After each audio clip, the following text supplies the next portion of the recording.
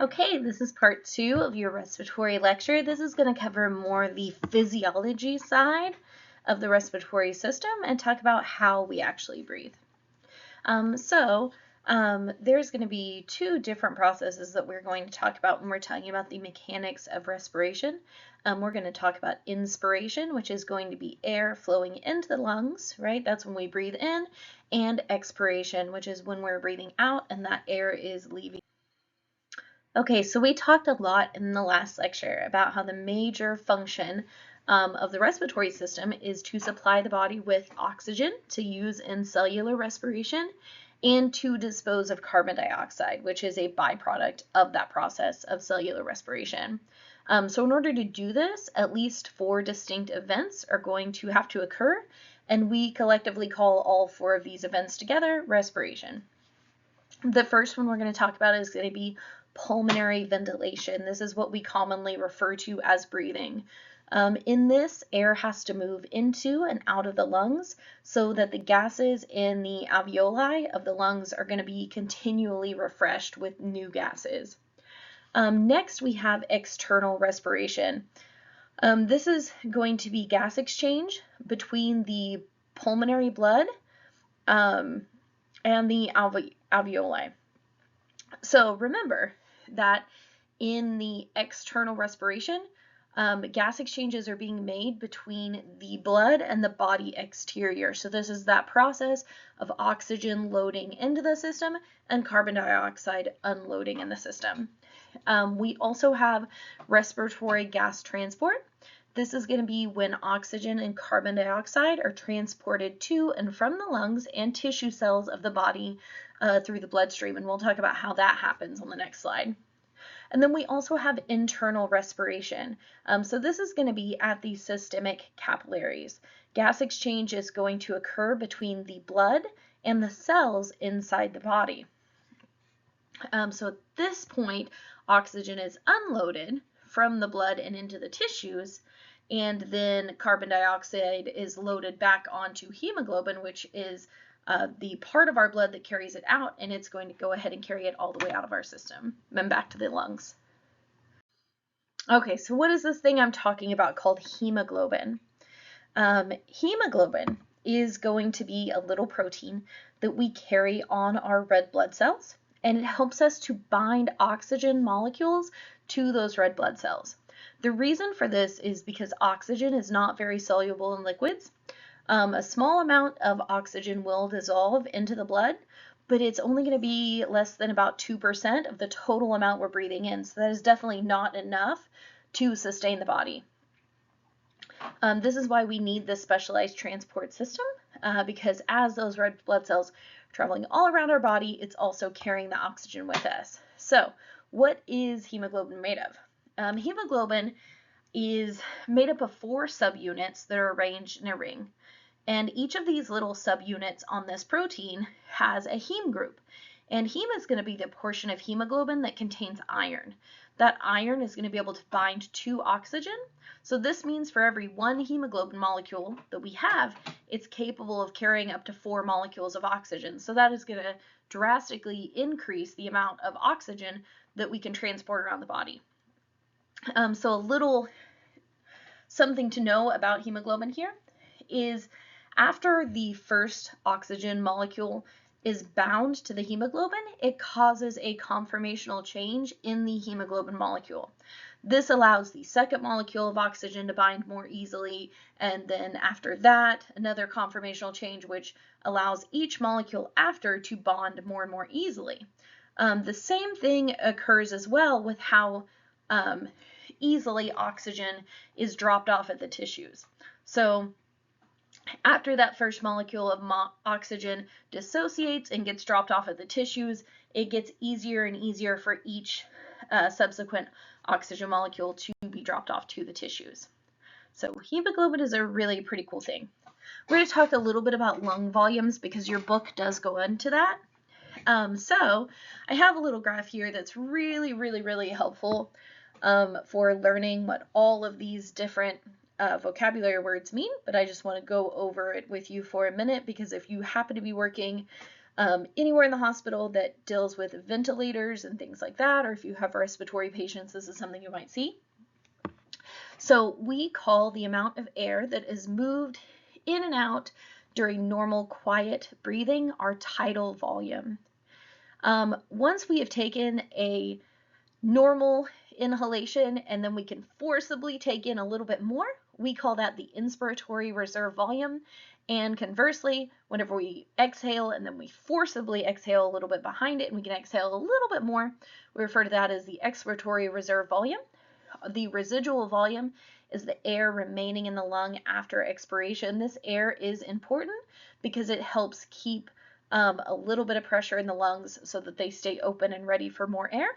The vital capacity is going to be the total amount of exchangeable air, and dead space volume is going to be the amount of air that never really reaches the alveoli. So for every breath you take, you're going to have a little bit that stays in your trachea or your nasal passages or your, bronchi. So for that air that isn't making it down into the actual respiratory zone and stays up in the conducting zone, we refer to that as dead space volume. So let's talk about the process of actually breathing. We talked about in the last lecture that changing the size and shape of the thoracic cavity causes the lungs to draw air in and out. The reason for that is because breathing is a mechanical process that is going to depend upon volume and pressure changes occurring in the thoracic cavity. There is a gas law that causes this called Boyle's law. And what Boyle's law says is for a fixed amount of an ideal gas kept at a fixed temperature, so that means a certain amount that doesn't change and a temperature that doesn't change, pressure and volume are inversely related. We'll talk more about what that means on the next slide. So this means essentially as volume increases, then pressure is going to decrease, and as pressure decreases, as pressure increases, volume should be decreasing. So here's kind of what this looks like. Essentially, this means the greater volume is going to equal less pressure, and that is going to make air move into the lungs. Less volume is going to mean a greater pressure, and it's going to cause air to move out of the lungs. Let's talk a little bit about what is happening during this process of inspiration and expiration. So during inspiration, the diaphragm is going to contract or flatten. The external intercostal muscles are going to lift the rib cage. The lungs are going to expand to a larger size. The air pressure inside the lungs is going to decrease, and air is going to be pulled into the lungs because of that pressure change. On expiration, the diaphragm and intercostal muscles are going to relax. The rib cage is going to descend. The lungs are going to compress. And then air pressure inside the lungs is going to increase. So air is going to be forced out because of the pressure change from that. Respiratory rate is controlled by neurons in the brainstem. If you remember back in our neuro lecture, we talked about this, specifically the medulla and the pons. So when CO2 is increased in the blood, this is going to lower the blood pH, making it a little bit more acidic. This is going to be detected by chemoreceptors, which will signal for an increase in breathing rate. And I gave you the feedback loop over here of how that actually happens. I don't need you to memorize this whole feedback loop. I just want you to understand the concept. So now that we've covered how breathing takes place, let's talk about respiratory diseases and disorders so we know what it looks like when it goes wrong. You've probably heard of a collapsed lung before. There's a few different ways this can happen. In a pneumothorax, we have a collapsed lung due to accumulation of air in the pleural cavity outside of the lungs. This is usually in response to some kind of injury. You can also have a hemothorax. This is an accumulation of blood in the pleural space, or a pleural effusion. This is going to be an accumulation of fluid in that pleural space. If you work in healthcare, you will see a lot of COPD. It's very common. This is going to be an umbrella term for a few different progressive lung diseases which obstruct airflow to and from the lungs. Here's a couple of examples of what you may see. The first is emphysema. This is going to be destruction of the alveoli, or the little air sacs we talked about in the last lecture. And destruction of these air sacs makes it harder to breathe because air becomes trapped in the damaged alveoli, and that makes it harder to exhale and inhale. You can also have people with chronic bronchitis. So this is going to be chronic inflammation of those bronchioles, and this is going to limit the airflow in and out of the lungs. You will definitely probably see pneumonia. You can either have bacterial or viral infection of the lungs, so either pneumonia or bacteria can cause this. It's going to cause inflammation and fluid buildup in the alveoli, and this makes breathing way more difficult. You might see, you might not, depending on if you're working in pediatrics or not, see cystic fibrosis. This is going to be an inherited genetic disorder of the mucus producing cells. So this is primarily going to affect the lungs and digestive tract, and this causes mucus to be really thick and sticky, which is going to cause it to clog up ducts and passageways in the lungs and digestive tract.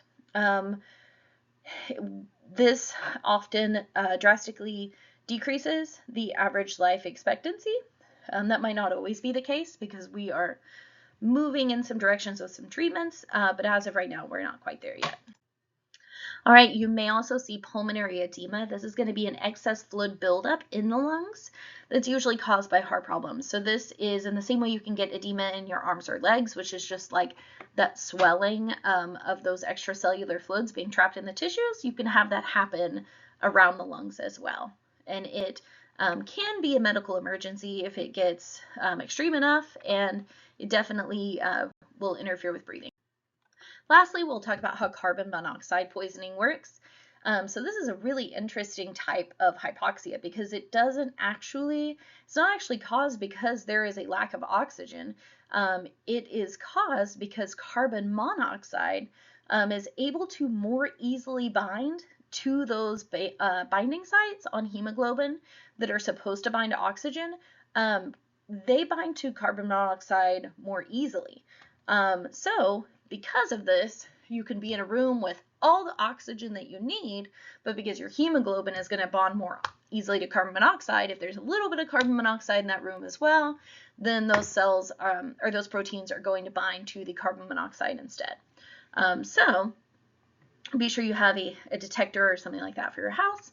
That is all that I have as far as the respiratory system goes. If you have any questions or anything at all, please reach out and we will figure it out.